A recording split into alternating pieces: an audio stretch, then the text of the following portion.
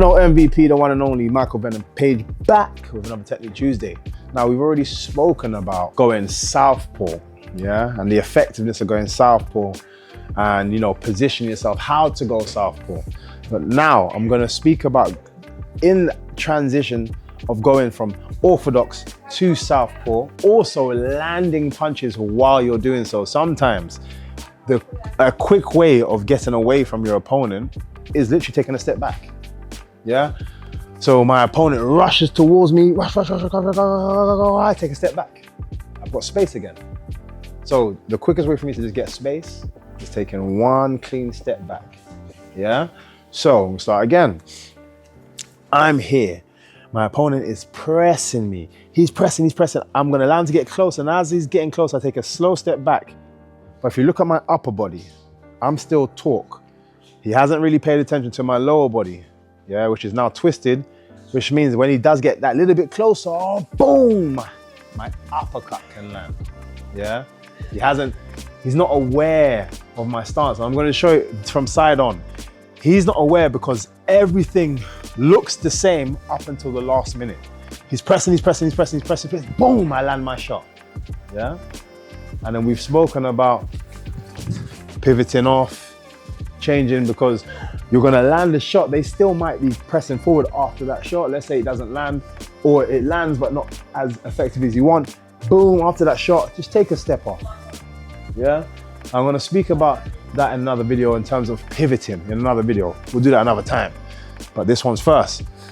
I'm in my orthodox stance. My opponent's pressing me. It's a bit faster than I expect to take a step back. Boom, and I land my shot as they are pressing me. It's a very, very, very, very effective way to get away from your opponent, but also land something while they're pressing. Makes people second guess pressing in the wrong way. So again, one more time. I'm in my orthodox stance. They press, I take a step back. You can see my stance. My upper body is still the same. Try not to, yeah? Try not to do this. Step back, because now I have no torque. My body's in the opposite stance and I have no torque. Now they can see that I've changed as well, yeah? But if I take a step back with just my lower half, my upper half is the same. Look at all this rotation that I have from here. There's so much rotation from here. Yeah, so much rotation. And this backhand is now gonna be my front hand, boom, with an uppercut. And you can angle it short or long depending on how close your opponent is. Yeah, a lot of times if your opponent's doing the correct thing and they're pressing with, you know, structure, you can get uppercut underneath that. Yeah, nice and long. So you can do it long or short depending on your opponent. But the key element is your hips are facing one way. When they press towards you, your hips stay that way up until the last minute, until you have to turn, boom, and land that shot, yeah?